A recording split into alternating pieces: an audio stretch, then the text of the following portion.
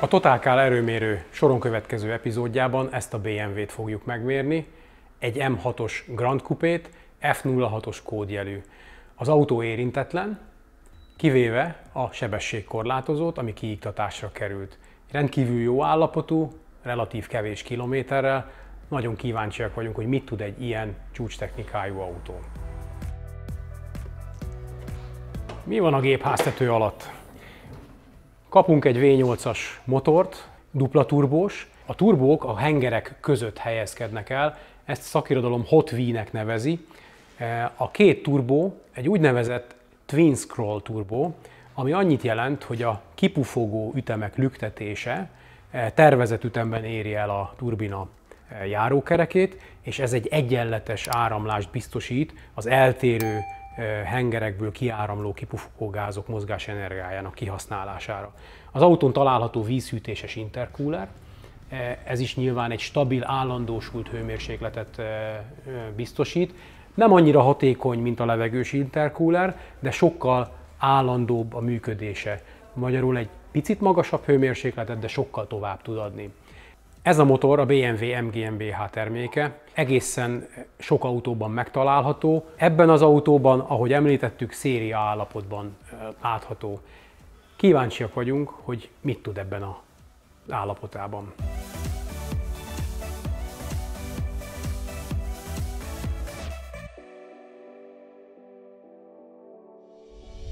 Nekem konkrétan ő volt az első autóm. Én 16 éve motorozom, ebből már 10 éve ezres sportmotorokkal. Én úgy voltam vele, hogy megvárom azt az időt, amíg egy olyan autót tudok venni, mert igazán vágyok. Igazából 3 autó volt, ami közül gondolkodtam. Az egyik a Nissan GT-R volt, a másik pedig a Tesla Model S 90D. A Teslát elmentem kipróbálni. Azt mondom, hogy a 0-100, esetleg a 0-120 az tényleg nagyon megdöbbentő volt. Főleg, hogy összkerekes, ugye le tudta adni a teljesítményét, de utána olyan érzésem volt, hogy elfogy az autó. A Nissannál pedig ugye az volt, ami miatt letettem róla, hogy hát az gyakorlatilag tényleg lehet mondani kétszemélyes autó, és a beltere sem győzött meg annyira, mint ő neki. 2 éve van nálam az autó, én 44 000-rel vettem, most 76 000 van benne. Ha most kéne autót vennem, ugyanezt venném. Na, és valóban ez az első autód és egyetlen autó, amit használsz? Ez a mindennapi szaladgálós autód? Gyakorlatilag igen, persze a családban van más autó, de konkrétan előtte T4-es transporterrel horkáztam az árút, illetve mondjuk 2 évvel ezelőttig volt még egy balkaszunk, amit tudott kemény 45 lóerőt, egy 1000-es 3 hengeres kétütemű blokkal.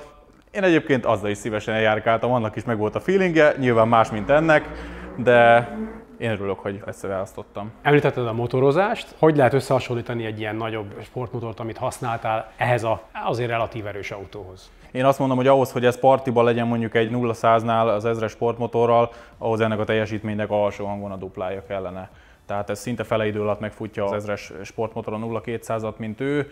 Végsebességben végül is ott tud lenni, de azt gondolom, hogy mondjuk autós mércével mérve azért már úgy lehet egy kicsit lendületesebben botorkálni vele. A jelentkezésben írtad, hogy az autó motorja az teljesen gyári, viszont a végsebesség korlát az kiiktatásra került. Igen, tehát legjobb tudomásom szerint nincs belenyúlva az autóba, ha csak esetleg az előző tulaj nem nyúlt bele valamit és nem tudok róla.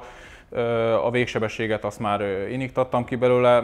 Igazából zavaró volt, hogy még az 5. fokozat sem forog ki, és már folyamatosan belenyúl, leszabályoz.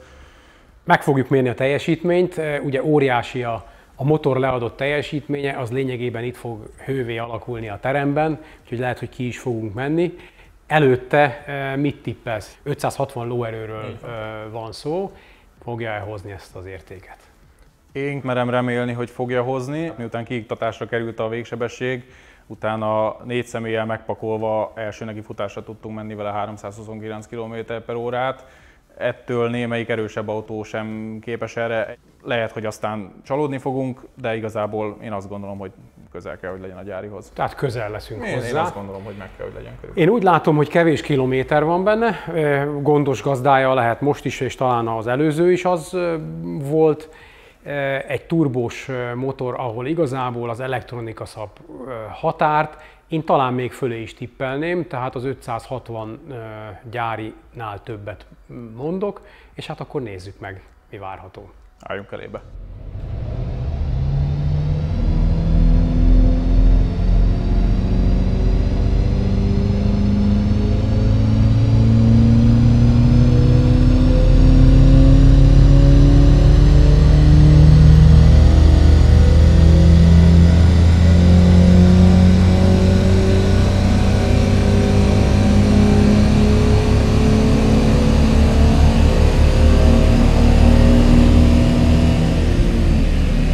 Hú, nem véletlen ez a háttérzaj, továbbra is megy még a BMW ventilátora, igen komoly teljesítményt sikerült kicsikarni az autóból.